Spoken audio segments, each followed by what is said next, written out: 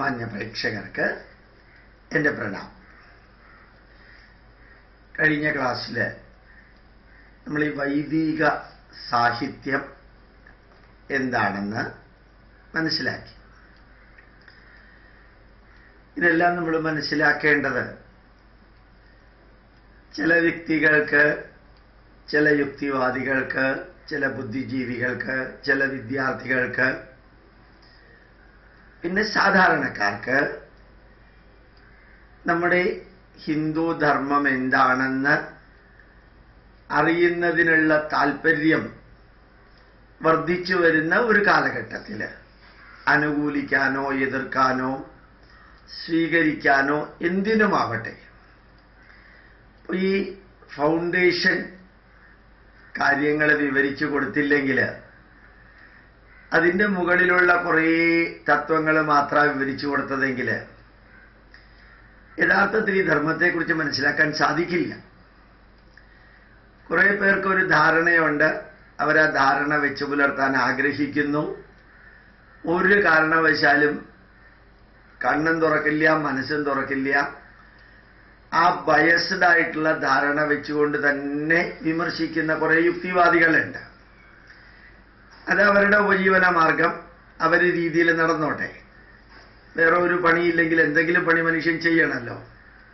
പക്ഷെ അറിയാൻ ആഗ്രഹിക്കുന്നവരുണ്ടെങ്കിൽ, നമ്മൾ ഭാരതം മുഴുവനും കണ്ടില്ലെങ്കിലും ഇന്ത്യ മുഴുവനും കണ്ടില്ലെങ്കിലും ഇന്ത്യയുടെ മാപ്പ് കാണിച്ചു കൊടുക്കുക എന്നുള്ള ഒരു മിനിമം കർത്തവ്യം.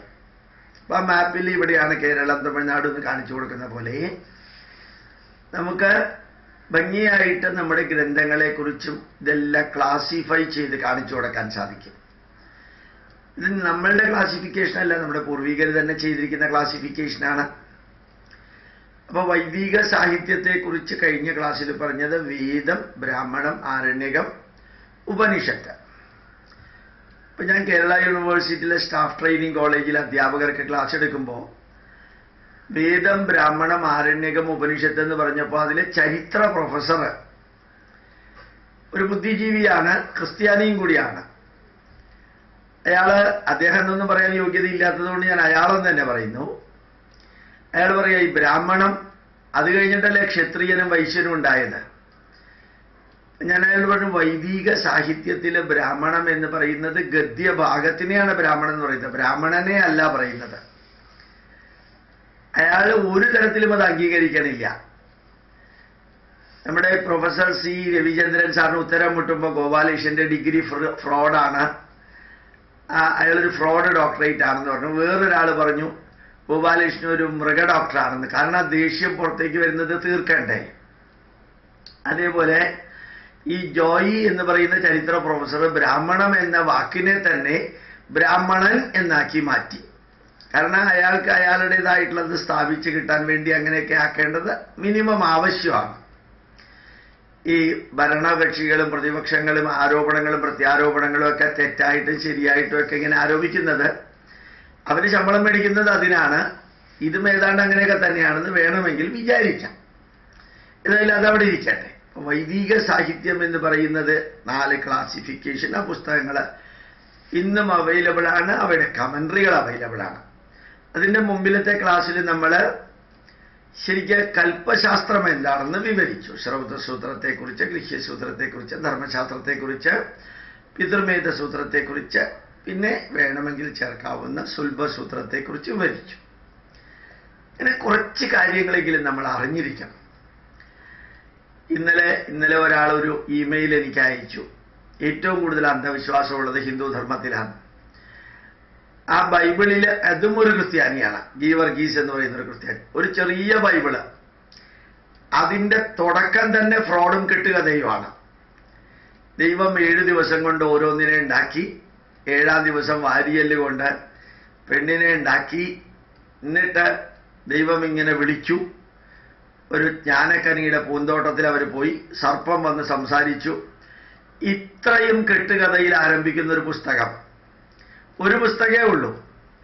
അപ്പൊ ഈ ബൈബിൾ എന്ന് പറയുന്ന കെട്ടുകഥയാണെന്ന് 150 പ്രാവശ്യം പറയാം. സർപ്പം സംസാരിച്ചു, ഇവർ ജ്ഞാനക്കനി തിന്നു, ഇവർ നഗ്നരാണെന്ന് മനസ്സിലായി.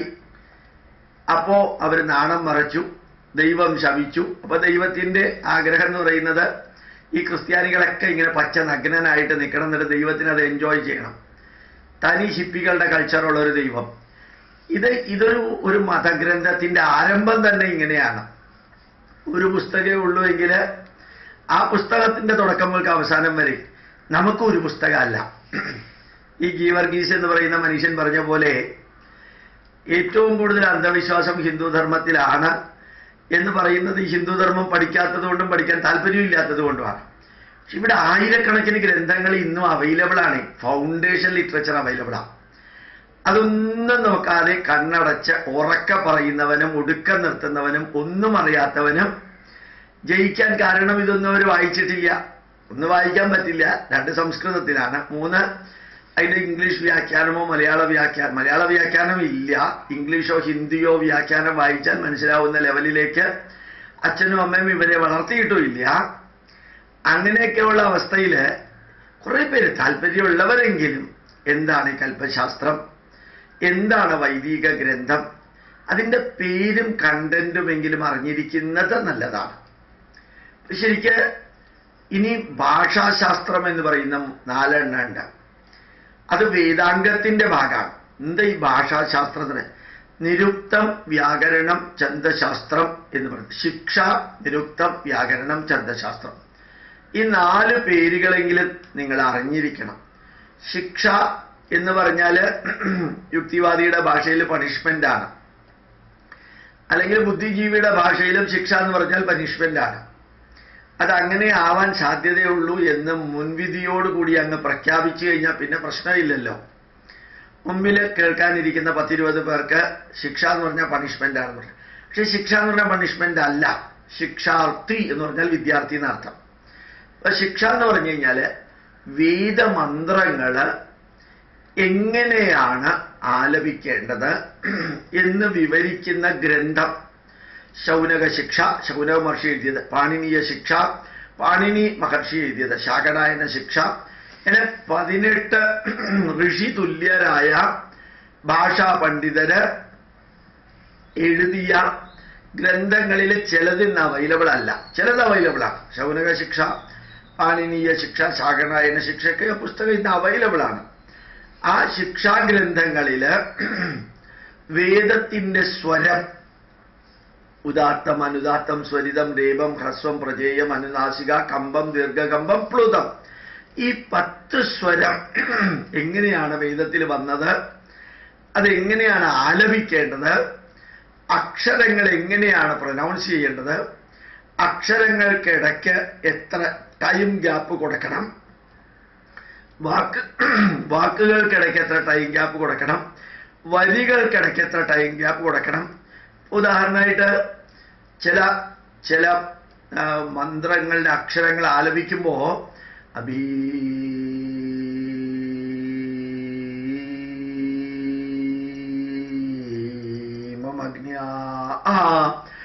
ശ്രീനന്ദീതേനവശിശും സോമമിന്ദ്ര ആയ പാദാവേ.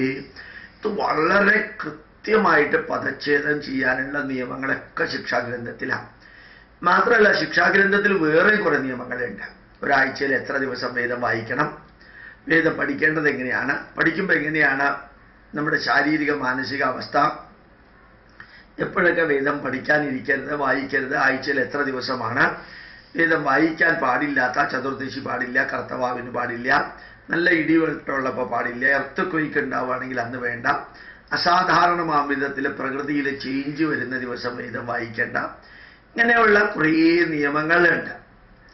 അത് വേദപഠനവുമായി ബന്ധപ്പെട്ട നിയമങ്ങളാണ്. അത് മുഴുവനും വിവരിച്ചിരിക്കുന്നത് ശിക്ഷാഗ്രന്ഥത്തിലാണ്. എല്ലാം നല്ല രീതിയിൽ വിവരിച്ചിട്ടുണ്ട്. ആ പുസ്തകങ്ങൾ ഇന്ന് അവൈലബിൾ ആണെന്ന് ഞാൻ നേരത്തെ പറഞ്ഞല്ലോ. ഇപ്പൊ ഭാഷാശാസ്ത്രത്തിലെ ശിക്ഷാഗ്രന്ഥം ഒന്നാമതായിട്ട് വരുന്നു. ഈ വേദാംഗം 6 എണ്ണുള്ളതിൽ ഒന്നാമത്തേത് ശിക്ഷാഗ്രന്ഥം. വേദാംഗങ്ങള് വേദാന്തമല്ല, വേദാംഗം, അംഗം, അവയവം. ഇതിൽ ഒന്നാമത്തേത് ശിക്ഷാഗ്രന്ഥമാണ്. രണ്ടാമത്തേത് നിരുക്തം. ഓരോ വാക്കും സംസ്കൃതത്തിൽ എങ്ങനെയാണ് ഉണ്ടായത് എന്നുള്ളതിനാണ്. എല്ലാ വാക്കുകളുടെയും ഉത്ഭവത്തെക്കുറിച്ച് നിരുക്ത ഗ്രന്ഥത്തിൽ യാസ്കാചാര്യൻ പറഞ്ഞിട്ടുണ്ട്. നിരുക്തം എന്ന വാക്കിന്റെ അർത്ഥം പറയാത്തതായിട്ടൊന്നുമില്ലാത്ത ഗ്രന്ഥം എന്നാണ്. നിരുക്തം എന്ന് വെച്ചാൽ പറയാത്തതായിട്ടൊന്നുമില്ലാത്ത ഗ്രന്ഥം. എല്ലാം പറഞ്ഞിട്ടുണ്ടെന്ന് അർത്ഥം ഭാഷയെക്കുറിച്ച്. അപ്പൊ ശരിക്കും നിരുക്തം എന്ന് പറഞ്ഞാൽ ഒന്ന് ആലോചിച്ച് നോക്കാം. ഹൃദയം, ഹൃദയം എന്ന വാക്ക് എങ്ങനെയാണ് ഉണ്ടായത്? ആഹരതി സ്വീകരിക്കുക, ഇതി ഹൃ സ്വീകരിക്കാം, ദദാതി കൊടുക്ക, ദ ഹൃ ആക്സെപ്റ്റിംഗ്, ദ കൊടുക്കുന്നത്, അയം കറക്ക സർക്കുലേറ്റ് ചെയ്യുക, അയതി ഇതി അയം. അപ്പൊ ഹൃദയം എന്ന വാക്കുണ്ടായത് സ്വീകരിച്ചു കൊടുത്ത സർക്കുലേറ്റ് ചെയ്യുന്ന വാക്കാണ്. ഇപ്പൊ ശരീരം എന്ന വാക്ക്, ആ വാക്ക് എങ്ങനെയാണ്? ശീര്യതേ ഇതി ശരീരം, നശിക്കുന്നതെന്തോ അത് ശരീരമാണ്. നശിക്കുന്നതിനെയാണ് ശരീരം എന്ന് പറയുക. നീ സമുദ്രം എന്നൊരു വാക്കെടുക്കാം. സമാത് ദ്രവതേ ആവ ഇതി സമുദ്രം. എല്ലാ കാലത്തും ഒരേ അളവിൽ വെള്ളം ഉണ്ടാവും. എത്ര വെള്ളം അതിൽ നിന്ന് പോയാലും അത്ര തന്നെ തിരിച്ച് മഴയിലൂടെയോ അല്ലാതെയോ വരും. അതാണ് സമുദ്രം എന്ന് പറഞ്ഞാൽ. ഇനിയും എത്രയോ ആണ്. പ്രഭാകരൻ, പ്ര എന്ന് വെച്ച് കഴിഞ്ഞാൽ ചൈതന്യവത്തായി, ഭാ എന്ന് വെച്ച് കഴിഞ്ഞാൽ 2-3 അർത്ഥമുണ്ട്. പ്രകാശം വരുത്തുന്ന ആള്. ഇപ്പൊ ചൈതന്യവത്തായി പ്രകാശം വരുത്തുന്നത് കൊണ്ടാണ് പ്രഭാകരൻ. ദിനകരൻ, ദിവസത്തിനെ ഉണ്ടാക്കുന്ന ആൾ. സൂര്യനെ ഉദിക്കുമ്പോഴാണ് ദിവസം ഉണ്ടാവാം. അപ്പൊ ശരിക്കും ഇപ്പൊ ഹോര, ഹോര എന്ന് വെച്ചാൽ HOUR, അവർ. അതെങ്ങനെയാണ്? അഹോരാത്രം. അഹോരാത്രത്തിലെ ആദ്യത്തെ അക്ഷരമോ അവസാനത്തെ അക്ഷരമോ കളഞ്ഞു. AD 505 ഹോരശാസ്ത്രം എഴുതിയ ഈ ഇദ്ദേഹം പറഞ്ഞിരിക്കുന്നത്, വരാഹമിഹിരാചാര്യൻ പറഞ്ഞത്, അപ്പുറത്തിപ്പുറത്തും കളഞ്ഞപ്പോ ഹോര വന്നു. അഹോര. ഇങ്ങനെ എല്ലാത്തിനും ഗുരു, സോളിഡ് മെറ്റീരിയൽ, ഏറ്റവും സോളിഡ് ആയിട്ടുള്ള ഒരു ഗ്രഹം എന്ന രീതിയിൽ ഗുരു, ജൂപ്പിറ്റർ വരുന്നു. അങ്ങനെ എല്ലാ മിത്രൻ, സർവചരാചരങ്ങൾക്കും സുഹൃത്തായതുകൊണ്ടാണ് സൂര്യനെ മിത്രൻ എന്ന് പറയുന്നത്. അപ്പോ ഓരോ വാക്കിനും, ഇപ്പൊ കണ്ണെന്നെടുത്താലും ചെവി എന്നെടുത്താലും എല്ലാ സംസ്കൃത വാക്കുകളും അതിൻ്റെ റൂട്ടിൽ നിന്ന് എങ്ങനെയാണ് ഉത്ഭവിച്ചത് എന്ന് വളരെ ഭംഗിയായിട്ട് വിവരിക്കുന്നുണ്ട്. അതാണ് നിരുക്ത ഗ്രന്ഥം. വലിയ പുസ്തകമാണ്, ഇന്നും അവൈലബിൾ ആണ് അതെല്ലാം. ഇപ്പോൾ ശിക്ഷാഗ്രന്ഥങ്ങൾ എങ്ങനെയാണ് വേദമന്ത്രങ്ങളും സംസ്കൃത വാക്കുകളും സംസ്കൃത വരികളും പ്രൊനൗൺസ് ചെയ്യേണ്ടത്, അതിൻ്റെ നിയമങ്ങളെല്ലാം വിവരിക്കുന്നത് ശിക്ഷാഗ്രന്ഥങ്ങൾ. നിരുക്ത ഗ്രന്ഥങ്ങൾ സംസ്കൃത വാക്കുകൾ എങ്ങനെയാണ് ഉണ്ടായത്, അതിൻ്റെ റൂട്ട്, ധാതു എല്ലാം വരുന്നത് ശിക്ഷ. ഇനി വ്യാകരണം. ശരിക്കും പതഞ്ജലി മഹർഷിയുടെ മഹാഭാഷ്യം വലിയ വ്യാകരണ ഗ്രന്ഥമാണ്. ഇപ്പോ ശരിക്കും ഈ ശിക്ഷാഗ്രന്ഥവും നിരുക്തവും വ്യാകരണവും നമ്മുടെ സംസ്കൃത കോളേജുകളിൽ പഠിപ്പിക്കുന്നുണ്ട്. MA BA വ്യാകരണം എല്ലാം പഠിപ്പിക്കുന്നുണ്ട്. ഇനി BA MA ഇംഗ്ലീഷ് എടുക്കുന്നവർക്കും BA MA മലയാളം എടുക്കുന്നവർക്കും ഹിന്ദി എടുക്കുന്നവർക്കും ഉറുദു എടുക്കുന്നവർക്കും തമിഴ് എടുക്കുന്നവർക്കും ഈ പാണിനിയുടെ വ്യാകരണം അഷ്ടാധ്യായിയും അതുപോലെ തന്നെ പതഞ്ജലിയുടെ മഹാഭാഷ്യവും ഈ നിരുക്ത ഗ്രന്ഥങ്ങൾ ഫൊണറ്റിക്സ് അതെല്ലാം പഠിപ്പിക്കണം. 2300-2500 വർഷങ്ങൾക്ക് മുമ്പ് എഴുതിയതാണ്. അപ്പോൾ വ്യാകരണം എന്ന് പറഞ്ഞാൽ ഇപ്പം നിങ്ങൾ സംസ്കൃത കോളേജിൽ പോയാൽ, തിരുവനന്തപുരം സംസ്കൃത കോളേജിലെ കാര്യമല്ല പറയുന്നത്, അതിനൊരു കോളേജിൻ്റെ യാതൊരു ലക്ഷണവും ഇല്ല. നമ്മുടെ നാടിൻ്റെ പൈതൃകത്തെ നശിപ്പിക്കാനും അതിനെ അവഹേളിക്കാനും പുച്ഛിക്കാനുമുള്ള ഒരു കാടൻ സംസ്കാരം ഉണ്ടാക്കുന്ന ഒരു കോളേജായിട്ട് എനിക്ക് അവിടെ ചെല്ലുമ്പോൾ കാണാൻ സാധിച്ചത്. നമ്മുടെ പൈതൃകവുമായിട്ട് ഒന്നും അവിടെ ഇല്ല. അവിടെ ക്രിസ്തുമസ് ആഘോഷമുണ്ട്, ബക്രീദ് ഉണ്ട്, റംസാൻ ഉണ്ട്, നമ്മുടെ വിജയദശമിയോ വിനായക ചതുർത്ഥിയോ അതൊന്നും അവിടെ ഇല്ല. അതൊന്നും വേണമെന്നല്ല ഞാൻ പറഞ്ഞത്. ഒരു പൈതൃകത്തിൻ്റെ കോളേജാണ് സംസ്കൃത കോളേജ്. അതിനകത്ത് നടക്കുന്ന ആ വികൃതമായിട്ടുള്ളത് പലതും അവിടെ ചെന്ന് കാണാൻ സാധിച്ചു. ഞാനിത് പറഞ്ഞത് അവിടെ ചെന്നാൽ നിങ്ങൾക്ക് കാണാൻ സാധിക്കും BA വ്യാകരണം, MA വ്യാകരണം, അങ്ങനെ ധാരാളം ഉണ്ട്. ഇവിടെ മാത്രമല്ല, യൂണിവേഴ്സിറ്റി കോളേജിലും ഉണ്ട് MA വ്യാകരണം സംസ്കൃതത്തിൽ എടുക്കുന്നവർ, BA വ്യാകരണം എടുക്കുന്നവർ യൂണിവേഴ്സിറ്റി കോളേജിലെ സംസ്കൃത ഡിപ്പാർട്ട്മെന്റിലുണ്ട്. വേൾഡ് ഓവർ വ്യാകരണം വളരെ ഗംഭീരമായിട്ട് ഉപയോഗിക്കുന്നു. ജർമ്മനിയിലെ പ്രൊഫസർ ഷ്നീഡർ എന്ന് പറയുന്ന ആൾ ജർമ്മൻ ഭാഷയ്ക്ക് വ്യാകരണം എഴുതിയത് പാണിനിയുടെ അഷ്ടാധ്യായി എന്ന വ്യാകരണ പുസ്തകം നോക്കിയിട്ടാണ്. അപ്പോൾ ശിക്ഷാഗ്രന്ഥങ്ങൾ എന്താണെന്ന് മനസ്സിലായി, നിരുക്ത ഗ്രന്ഥം മനസ്സിലായി, വ്യാകരണം എത്ര വിവരിച്ചാലും മനസ്സിലാവില്ല കേട്ടോ. പിന്നെ ഛന്ദശാസ്ത്രം, ഈ എന്താ പറയുക, കവിത രചനയുടെ പ്രാസം, കവിതാ രചനയുടെ നിയമങ്ങളെ പ്രോസോഡി അതെങ്ങനെയാണെന്നുള്ളത് വിവരിച്ചിരിക്കുന്നത് പിങ്കളാചാര്യന്റെ ചന്ദശാസ്ത്രത്തിലാണ്. അപ്പൊ ഈ ചന്ദശാസ്ത്രത്തിൽ ആ പുസ്തകം ഇംഗ്ലീഷിൽ അവൈലബിളാണ്, ഹിന്ദിയിലും അവൈലബിളാണ്, മലയാളത്തിൽ അവൈലബിൾ അല്ല. അത് വായിച്ചാൽ നമുക്ക് ഒന്നും മനസ്സിലാവില്ല, ശരിക്കും ഒന്നും മനസ്സിലാവില്ല, സംസ്കൃതത്തിലുള്ള ഒന്നും മനസ്സിലാവില്ല. ആ വിഷയം കൈകാര്യം ചെയ്യുന്നവനെ അത് മനസ്സിലാവുള്ളൂ. ഈ ചന്ദശാസ്ത്രം എന്ന് പറയുന്ന ഛന്ദസ് 18 അക്ഷരങ്ങളുള്ള കവിത, 22, 26, 30, 34 ഇങ്ങനെ അക്ഷരങ്ങളുള്ള അതിബൃഹതി ഛന്ദസ്. ഉഷ്ണിക് ഛന്ദസ്, ബൃഹതി ഛന്ദസ്, ജഗതി ഛന്ദസ്, ഓരോ കവിതയിലും ഇത്ര അക്ഷരങ്ങൾ, വരിയിലും ഇത്ര അക്ഷരങ്ങൾ വീതം ഉണ്ടാവണമെന്ന നിയമമുണ്ട്. അക്ഷരങ്ങൾ കുറഞ്ഞാൽ ഉള്ള അക്ഷരങ്ങളുടെ പ്രൊനൗൺസിയേഷൻ എങ്ങനെയാണ് മാറ്റം വരേണ്ടത്, ഇങ്ങനെയുള്ള നിയമങ്ങൾ മുഴുവനും പിങ്കളാചാര്യന്റെ ചന്ദശാസ്ത്രത്തിൽ. ഇതെല്ലാം 2300, 2400 വർഷങ്ങൾക്ക് മുമ്പ് എഴുതിയ ഗ്രന്ഥങ്ങളാണ്. ഈ ഗ്രന്ഥങ്ങളും അവയുടെ വ്യാഖ്യാനങ്ങളും നല്ല രീതിയിൽ ഇന്നും അവൈലബിൾ ആണ്. ഭാരതത്തിലെ 100 കണക്കിന് കോളേജുകളിൽ ഇതെല്ലാം ഇന്നും BA-യുടെയും MA-യുടെയും PhD-യുടെയും ഭാഗമായിട്ട് പഠിപ്പിക്കുന്നുണ്ട്. അപ്പൊ ഇതൊരു പ്രാകൃത ഗ്രന്ഥം, ഇന്നത്തെ കാലഘട്ടത്തിൽ പ്രയോജനം ഇല്ലാത്ത ഗ്രന്ഥം അല്ല. ഇന്നും വേൾഡ് ഓവർ ഇത് ഭംഗിയായിട്ട് പഠിപ്പിക്കുന്നു എന്നുള്ളതാണ്, കോളേജിന്റെയും യൂണിവേഴ്സിറ്റിയുടെയും ഭാഗമായിട്ട് പഠിപ്പിക്കുന്നു എന്നുള്ളതാണ് ഇതിൻ്റെ ഏറ്റവും മഹത്വമേറിയ കാര്യം. ഇന്ന് നമ്മൾ പഠിച്ചത് 4 വാക്കുകളാണ്: ശിക്ഷാഗ്രന്ഥം, നിരുക്ത ഗ്രന്ഥം, വ്യാകരണ ഗ്രന്ഥം, ചന്ദശാസ്ത്ര ഗ്രന്ഥം. ഇനി ഗ്രന്ഥം എന്ന് മാറ്റിയാൽ ശിക്ഷാ, നിരുക്തം, വ്യാകരണം, ചന്ദശാസ്ത്രം. ശിക്ഷാ, നിരുക്തം, വ്യാകരണം, ചന്ദശാസ്ത്രം 4 വാക്ക്. 5ാമത്തേത് ജ്യോതിഷം, അത് ഇന്നലെ ക്ലാസ്സിലെടുത്തു, ഇന്നലെ കഴിഞ്ഞ ക്ലാസ്സിലെടുത്തു. 6ാമത്തേത് കൽപ്പശാസ്ത്രം, അത് ആദ്യം തന്നെ എടുത്തു. ഈ 6 എണ്ണമാണ് വേദാംഗം: ശിക്ഷ, നിരുക്തം, വ്യാകരണം, ചന്ദശാസ്ത്രം, ജ്യോതിഷം, കൽപ്പശാസ്ത്രം. ഓർഡർ തെറ്റി എന്ന് പറഞ്ഞിട്ട് കുഴപ്പമില്ല. അപ്പൊ ശിക്ഷ, നിരുക്തം, വ്യാകരണം, ചന്ദശാസ്ത്രം, കൽപ്പശാസ്ത്രം, ജ്യോതിഷം എന്ന് പറഞ്ഞാലും തെറ്റില്ല. അപ്പൊ ജ്യോതിഷത്തിൽ ഞാൻ കഴിഞ്ഞ ക്ലാസ്സിൽ പറഞ്ഞു 3 പാർട്ട് ഉണ്ട്: mathematics, astronomy, prediction part. Mathematics science ആണ്, അസ്ട്രോണമി സയൻസ് ആണ്, പ്രഡിക്ഷൻ പാർട്ട് സയൻസ് അല്ല. കൽപ്പശാസ്ത്രത്തിൽ 4 ഭാഗമുണ്ട്, കുറേ പ്രാവശ്യം ഞാൻ വിവരിച്ചു കഴിഞ്ഞു. അപ്പോൾ വൈദിക സാഹിത്യത്തിൽ 4 ഭാഗമുണ്ട്: വേദം, ബ്രാഹ്മണം, ആരണ്യകം, ഉപനിഷത്ത്. ഇതെല്ലാം നമ്മൾ പഠിക്കുന്നത്, ഇതൊക്കെ പഠിച്ച് നമ്മുടെ ഉപജീവന മാർഗത്തിനോ ഒരു പ്രൊഫഷനോ വേണ്ടിയല്ല. നമ്മൾ കുറേ കാര്യങ്ങൾ നമ്മൾ കേൾക്കുന്നില്ലേ അറിയാൻ വേണ്ടിയിട്ട്. നമ്മളിപ്പോൾ രാഷ്ട്രീയത്തിൽ ഇല്ലാത്തവരും പിണറായി വിജയൻ മോഡിയോട് ചെന്ന് എങ്ങനെയൊക്കെയാണ് സംസാരിച്ചതെന്ന് അറിയാൻ താല്പര്യമില്ലേ? കേൾക്കാനും കാണാനും പഠിക്കാനും. ഇങ്ങനെ കുറേ കാര്യങ്ങൾ പഠിക്കുമ്പോഴാണ് നമ്മളാവാം. എതിർക്കാനും പുച്ഛിക്കാനും അവഹേളിക്കാനും വേണ്ടി മാത്രം ജന്മമെടുത്ത കുറേ പേരുണ്ട്. അവരും അവരുടെ പണി ചെയ്യട്ടെ, തുറന്ന് ചെയ്യട്ടെ, അവർക്ക് ഉത്തരം മുട്ടുമ്പോൾ അവരെന്തും ചെയ്യട്ടെ.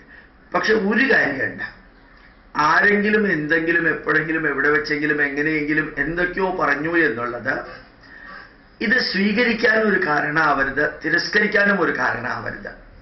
സ്വീകരിക്കണമെങ്കിൽ നമ്മൾ പഠിച്ച് സാക്ഷാത് അനുഭവൈർ ദൃഷ്ടോ ന ശ്രുതോ ന ഗുരുദർശിത ലോകാനാമുപകാരായ ഏതത് സർവം പ്രദർശിതം.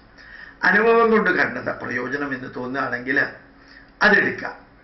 അപ്പൊ ശരിക്ക് നമ്മളുടെ മലയാള ഭാഷ ഉണ്ടായത് തന്നെ സംസ്കൃതത്തിലാണ്. അപ്പൊ സംസ്കൃതം പഠിക്കുന്നത് നമ്മുടെ ഭാഷയ്ക്ക് ഏറ്റവും അധികം പ്രയോജനമുള്ളതല്ലേ? നമ്മളുടെ വാക്കുകളുടെ പ്രയോഗത്തിലും അക്ഷരശുദ്ധിക്കെല്ലാം പ്രയോജനമുള്ളതാണ്. ഏറ്റവും കുറഞ്ഞത് നമ്മുടെ പൈതൃകത്തെക്കുറിച്ച് നമ്മൾ അറിയണ്ടേ. എൻ്റെ ഉപ്പാപ്പയ്ക്ക് 3 ആന ഉണ്ടായിരുന്നു എന്നല്ല, 3 ആന എൻ്റെ ഉപ്പാപ്പയ്ക്ക് ഉണ്ടായിരുന്നെങ്കിൽ 3 ആന ഉണ്ടായിരുന്നു എന്ന് പറഞ്ഞാൽ എന്താ കുഴപ്പം? അപ്പോ ചില കഥകളിൽ കയറി നമ്മൾ കുടുങ്ങിയിട്ട് ആ കഥകളെ കുറിച്ച് അന്വേഷിച്ച് നടക്കാൻ. ഇന്നും ഒരാൾ ഒരു ഇമെയിൽ രാവിലെ എനിക്ക് അയച്ചിട്ടുണ്ട്. പരശുരാമനും മഹാബലിയും തമ്മിലുള്ള അത് ധാരാളം പേര് ചോദിക്കുന്നു. ഒരു കോമൺ സെൻസ് ഉപയോഗിച്ച് ആലോചിച്ചാൽ പോരെ? പരശുരാമൻ തെക്കേ അറ്റത്ത് നിന്ന് വടക്കേ അറ്റത്തേക്ക് കോടാലി എറിഞ്ഞാൽ 770 കിലോമീറ്റർ ഒരു കോടാലി പോവുമോ? തലയ്ക്കകത്തെ ആൾതാമസം വേണമെന്നില്ല. ഒരു 4ാം ക്ലാസ് വിദ്യാഭ്യാസമുള്ളവന് മനസ്സിലാവില്ലേ? കോടാലി എറിഞ്ഞ് കേരളം ഉണ്ടാക്കാൻ സാധിക്കില്ല. പരശുരാമന്റെ ഒരു കഥയാണ്, മഹാബലിയുടെ ഒരു കഥയാണ്. ഇതെത്രയോ പ്രാവശ്യം നമ്മൾ പറഞ്ഞിട്ടുണ്ട്. എന്നിട്ടും അതിൽ കയറി പിടിച്ച് അതാണ് ഹിന്ദു ധർമ്മം എന്ന് ധരിച്ച് കുറേ അധികം യുക്തിവാദികളും ബാക്കിയുള്ളവരൊക്കെ ഒച്ചയെടുക്കാം. പിന്നെ ഞാൻ കണ്ടിട്ടുണ്ട് ചില യുക്തിവാദികൾ, അയാൾ അങ്ങനെ പറഞ്ഞു, ഇയാൾ ഇങ്ങനെ പറഞ്ഞു, മറ്റേ ആൾ ഇങ്ങനെ പറഞ്ഞു, ഇന്ന പുസ്തകത്തിൽ ഇങ്ങനെ പറഞ്ഞിട്ടില്ലേ. അങ്ങനെ പുസ്തകത്തിൽ വല്ലതും പറഞ്ഞിട്ടുണ്ടെങ്കിൽ എഴുതിയവരോട് ചോദിക്കണം. വസ്തുതയെക്കുറിച്ചല്ലേ ചർച്ച ചെയ്യേണ്ടത് യുക്തിവാദികൾ? അതിനു പകരം ആ വസ്തുതയെക്കുറിച്ച് ലോകത്തിലെ ആൾക്കാർ എന്ത് പറഞ്ഞു എന്ന് പറഞ്ഞിട്ടാണ് ചർച്ച ചെയ്യുക. അത് തന്നെ പാപ്പരത്തരവും മണ്ടത്തരമാണ്. എന്നിട്ട് മുകളിൽ കയറി ഉറക്കെ പറയുന്നവനും ഒടുക്കം നിർത്തുന്നവനും ഒന്നും അറിയാത്തവനും ജയിക്കുന്ന മാതിരി നമ്മളാണ് ബുദ്ധിജീവികളെ യുക്തിവാദികൾ എന്ന് പറഞ്ഞ് നടക്കാം. ആരെങ്കിലും എന്തെങ്കിലും പറഞ്ഞതിനെ കുറിച്ച് അഭിപ്രായം പറയില്ല യുക്തിവാദം. യഥാർത്ഥത്തിലുള്ള അഹം ദ്രവ്യാസ്മി എന്നൊരു യുക്തിവാദി പറഞ്ഞു, ഞാൻ ദ്രവ്യമാകുന്നു. അപ്പൊ തിന്നുന്നതും ദ്രവ്യമാണ്, ആ തിന്നുന്ന ആളും ദ്രവ്യമാണ്, അതിരാവിലെ ടോയ്ലറ്റിലേക്ക് പോകുന്നതും ദ്രവ്യമാണെങ്കിൽ ഇതൊന്ന് മറിച്ചായാൽ എന്താ കുഴപ്പം? എല്ലാം ദ്രവ്യം തന്നെയല്ലേ? അങ്ങനെയും കൂടി ഒന്ന് ചിന്തിക്കണ്ടേ? ആ അഹം ദ്രവ്യാസ്മി എന്നൊന്ന് 20 പ്രാവശ്യം പറയാൻ അയാൾക്ക് ഈ അഹം ബ്രഹ്മാസ്മി എന്ന വരി തന്നെ കഥയെടുക്കേണ്ടിയും വന്നു, വേറെ ഒന്നും ഇല്ലായിരുന്നു. അപ്പൊ ഏതായാലും ഇങ്ങനെയൊക്കെ പറയുന്നവർ വേണം. ധാരാളം യുക്തിവാദികൾ. യാവത് ജീവേത് സുഖം ജീവേത് ഋണം കൃത്വാ ഘൃതം പിബേത് ഭസ്മീഭൂതസ്യ ദേഹസ്യ പുനരാഗമനം കുത എന്ന് പറഞ്ഞ യുക്തിവാദികളൊക്കെ ജനിച്ച ഈ നാട്ടില് കുറച്ച് ബുദ്ധിസ്ഥിരതയില്ലാത്ത യുക്തിവാദികളും വേണം. എങ്കിലേ നമുക്ക് നമ്മുടേതായിട്ടുള്ള ഇതിന്റെ വസ്തുതകൾ അന്വേഷിച്ച് കണ്ടുപിടിക്കാനുള്ള ഒരു ട്രെൻഡ് ഉണ്ടാവുള്ളൂ. ഇല്ലെങ്കിൽ നമ്മളിതൊന്നും അന്വേഷിക്കില്ല. അങ്ങനെ ഉണ്ടോന്ന് പോലും നമ്മൾ അറിയില്ല. എല്ലാ തരത്തിലുള്ള വ്യക്തികളും വേണം, എല്ലാ തരത്തിലുള്ള വിശകലനങ്ങളും വേണം, എല്ലാ തരത്തിലുള്ള വിമർശനങ്ങളും വേണം, എല്ലാ തരത്തിലുള്ള അഭിപ്രായ വ്യത്യാസങ്ങളും വേണം. പക്ഷെ ഈ ഇൻടോളറൻസ് എന്ന് പറയുന്നത് പണ്ട് 600 വർഷങ്ങൾക്ക് മുമ്പ് അയാൾ അങ്ങനെ പറഞ്ഞത് തെറ്റാണെന്ന് പറയുന്നത്, അതാണ് മാനസിക രോഗത്തിന്റെ ലക്ഷണം. 600 വർഷങ്ങൾക്ക് മുമ്പ് ജീവിച്ചിരുന്ന ആൾക്ക് അങ്ങനെ പറയാൻ സ്വാതന്ത്ര്യമില്ലേ? എനിക്കിഷ്ടമുള്ള മാതിരി റീസണബിളി പറയാൻ സ്വാതന്ത്ര്യമില്ലേ? യുക്തിവാദികൾക്ക് യുക്തിവാദികളുടെ ഇഷ്ടം പോലെ പറയാൻ സ്വാതന്ത്ര്യമില്ലേ? നമ്മളെ ഭരിക്കുന്നവർക്ക് ഇഷ്ടം മാതിരി പറയാൻ സ്വാതന്ത്ര്യമുണ്ടല്ലോ. അതിൽ നമ്മളെന്തിനാ ഇൻടോളറൻസ് കാണിക്കുന്നത്? ഈ ഇൻടോളറൻസിനെതിരെ ശബ്ദിക്കുന്നവർ തന്നെയാണ് ഏറ്റവും വലിയ ഇൻടോളറൻസിന്റെ പ്രോക്താക്കള്. അതാണ് അത്ഭുതം തോന്നുക. അയാൾ പറഞ്ഞത് തെറ്റാണെന്ന് പറഞ്ഞാൽ പോലെ ഇത് വാദിക്കാനും ജയിക്കാനും പോണെന്തിനാ? അയാൾക്ക് അയാളുടെ രീതിയിൽ പറയാനുള്ള സ്വാതന്ത്ര്യമില്ലേ? നിങ്ങൾക്ക് നിങ്ങളുടെ രീതിയിൽ പറയാനുള്ള സ്വാതന്ത്ര്യമില്ലേ? ഒരാൾ എന്നോട് പറഞ്ഞു, ജ്യോതിഷവും വാസ്തുവിദ്യയും തെറ്റാണെന്ന് തെളിയിക്കലാണ് ഞങ്ങളുടെ ജോലി. നിങ്ങൾ തെളിയിച്ച് ഇപ്പോ ഹിന്ദുവും ക്രിസ്ത്യാനിയും മുസ്ലിമും എല്ലാം ജ്യോതിഷത്തിലേക്കും വാസ്തുവിദ്യയിലേക്കും വന്നുകൊണ്ടിരിക്കുകയാണ്. ഏതെങ്കിലും ഒരു കാര്യം തെളിയിച്ച് മുമ്പോട്ട് പോകുമ്പോൾ ആ തെളിയിച്ചതിന്റെ പ്രയോജനം കിട്ടണമെങ്കിൽ സമൂഹം അത് ഉപേക്ഷിക്കുമ്പോഴാണ് പ്രയോജനം കിട്ടുക. ഇത് കൂടുതൽ ആൾക്കാർ അത് സ്വീകരിച്ചുകൊണ്ടിരിക്കുന്ന കാലഘട്ടത്തിൽ ഈ റോഡ് സൈഡിൽ പിച്ചക്കാരിങ്ങനെ കിടന്ന് ഒച്ചയെടുക്കുന്ന മാതിരി ഇതിങ്ങനെ തെറ്റാണെന്ന് പറഞ്ഞുകൊണ്ടിരിക്കുക. അവസാനം ഈ വലിയ ഇടതുപക്ഷ പാർട്ടികൾ തന്നെ 13-ാം നമ്പർ കാറും 13-ാം നമ്പർ മുറിയും എടുക്കാനില്ലാത്ത അവസ്ഥയിലേക്ക് വരിക. ഇതൊക്കെ കാണുമ്പോൾ ഈ തെറ്റാണെന്ന് തെളിയിക്കാൻ വേണ്ടി ഇറങ്ങി പുറപ്പെട്ടവർ എവിടം വരെ എത്തി എന്നുള്ളത് കൂടി അത്ഭുതം തോന്നാറുണ്ട്. ഏതായാലും ഇതെല്ലാം ഞാൻ ഇടയ്ക്കിടയ്ക്ക് പറയുന്ന എന്തിനറിയോ? ഈ ഇമെയിൽ വഴിക്കും യൂട്യൂബിലെ കമന്റ് വഴിക്കും കുറേ പേര് പലതും എഴുതുമ്പോൾ അതിന് ഓരോരുത്തരുടെ പേര് പറഞ്ഞ് ഞാൻ ഉത്തരം കൊടുക്കുന്നതിന് പകരം പഠിക്കാനുള്ളത് പറയുന്നതിന്റെ കൂട്ടത്തില് അവർക്കുള്ള ഉത്തരവും കൊടുക്കാം. അത് നിങ്ങൾ സ്വീകരിക്കണമെന്ന് നിർബന്ധമൊന്നുമില്ല. എന്തിനാ പഠിക്കാനുള്ള കാര്യങ്ങൾ പറയുന്ന കൂട്ടത്തിൽ മറ്റുള്ളത് പറയുന്നത് എന്ന് ചോദിച്ചാൽ ഇതെല്ലാം കൂടി ചേർന്നാണ് പഠിക്കേണ്ടത്. ഒരെണ്ണം മാത്രമല്ല പഠിക്കേണ്ടത്. ഇങ്ങനെ ഒരു കമന്റിന് വേറൊരു നെഗറ്റീവ് കമന്റ് ഉണ്ടായാൽ എന്താണ് ഇത് തമ്മിലുള്ള ബന്ധം? അങ്ങനെ പഠിക്കാൻ ശ്രമിക്കണം. അങ്ങനെ പഠിപ്പിക്കാൻ ഇറങ്ങുന്നവർക്ക് എതിരെ വിമർശനങ്ങൾ ഉണ്ടാവും.